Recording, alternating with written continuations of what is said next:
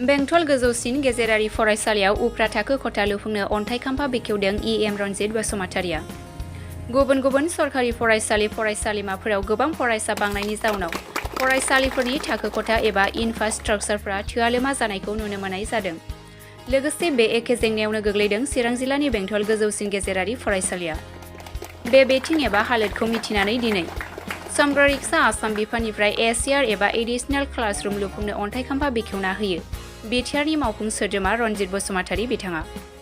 लोगोसे बे हाबाफारि एबा बिथांखिखौ सरकारा मावफुंनो थांखि लानायखौ गोरायुं नबिन बसुमतारि बिथाङा गोजोननाय फोरमायो।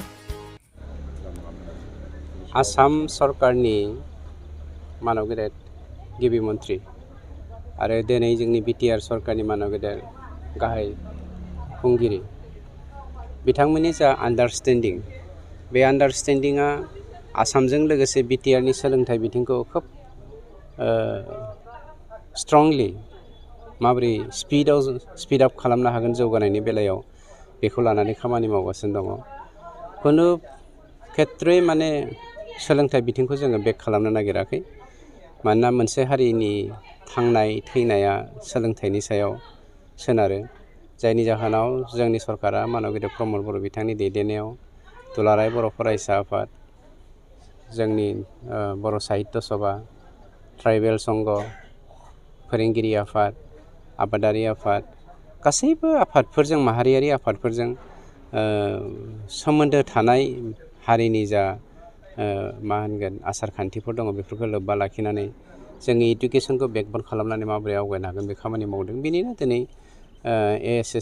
एसियानि 77,60,000 जि माने मोनब्रै रुमनि दा कनस्ट्राक्सननि खामानि बेखौ दिनै जों फाउन्डेसन खालामबाय आरो खोब खम समनि गेजेरावनो मास मोनसे मोननैनि गेजेरावनो बेखौ जों फोजोबनानै बेंटल हायार सेकेन्डारिनि जा क्लासरुमनि जेंना बे जेंनाखौ जों फोजोबनो नागिरदों होननानै बुंदों। बेबायदि मोनसे मोजां सुबिदा होनायनि थाखायहाय जोङो बयबो मिथिगौ दिनैहाय जोंना एसिआर अर्थात एडिशनेल क्लासरुम मोनब्रै जों मोनदेरबाय।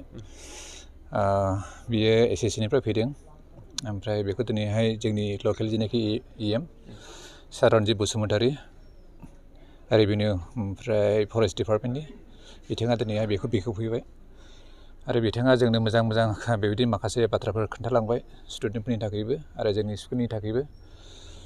जोंना गोबाव समनिफ्रायनो स्कुलनि जेनाखि मोनसे रुमनि अभाब दंमोन, बेजोंहाय दिनैहाय आं आसा खालामदों बेयाव सुफुंजागोन आरो जोंहा जेनाखि मोनसे उद्देश्य दङ बे ओनसोलखौहाय डेभेलप खालामनायनि थाखायहाय गोबांथार फरायसाफोर दङ, नाथाय जोङो जथेस्थ' बेबायदि रुम गैयैयावहाय समावहाय जोङो मोजाङै क्लासरुमफोर गैयिनि थाखाय स्टुडेन्टफोरखौ बेबायदि मोजाङै जेनाखि बे लेसनफोरखौ फोरोंनो हायाखैमोन। खिन्थु जोङो दा मोनबाय आरोबाव मोनब्रै बेबायदि एडिशनेल क्लासरुम, बेयो जोंनि थाखाय जोबोद बेनिफिट जागोन आरो स्टुडेन्टफ्राबो बेजोंहाय बेबायदि मोनसे मोजाङै जिरायनानै फरायनायनि बेबायदि सुबिदा मोनबाय। बेनि थाखायनो आङो आंनि गोसो सिंनिफ्राय आंनि गोजोननायखौ फोरमायदों आरो बेजों लोगोसे आसा खालामबावदों जोंनि जेसेबांनाखि खाथि खालायाव थानाय बे ओनसोलनि मानसिफोर बिथांमोना बे स्कुलनि दारैहाय उननि समावहाय फरायनानै बे ओनसोलखौहाय डेभेलप खालामगोन होननानै आरो आङो बुंनानै गोजोननाय मोनबावदों जोंनि स्कुलाव आरो बिब्दिनो 7 कौटिनि मोनसे प्रजेक्ट जाबावबाय 2 स्ट'रि 18था बेबायदि रुम जागोन।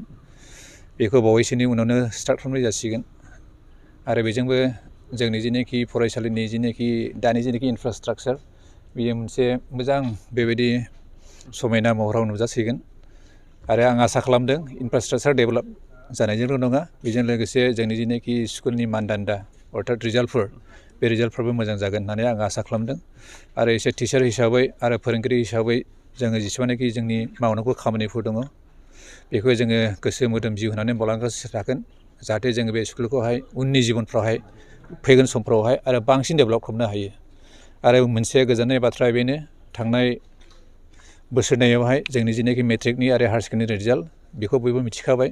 चिरां डिस्ट्रिक्टआ कनसिकिउटिभलि 2 इयार्स जाहैबाय आरो बे मानि थाखाय जादों होननानै बुङोब्ला फोरोंगिरिफोरनि नाजानाय आरो गार्जेनफोरनि बेबायदि कनसार्न आरो लकेल मानसिफोरनि माखासे इन्टेलेक्सुयेल मानसिफोरनि थाखाय बेबायदि गथै आसामावनो चिरां डिस्ट्रिक्टआ खननै बेबायदि फार्स्ट पजिशनाव फैबाय बेखौनो जोङो एसे गोग्गानाय मोन्दों जोंनि जिनिखि मावनाय बे मावनाया सार्थक जाबाय होननानै आरो आं आसा खालामदों दिनैनि जिनिखि बे मोनसे शुभारम्भ खालामनाय गोदान मोनब्रै क्लासरुमनि थाखायहाय बियो जोंखौ खामानि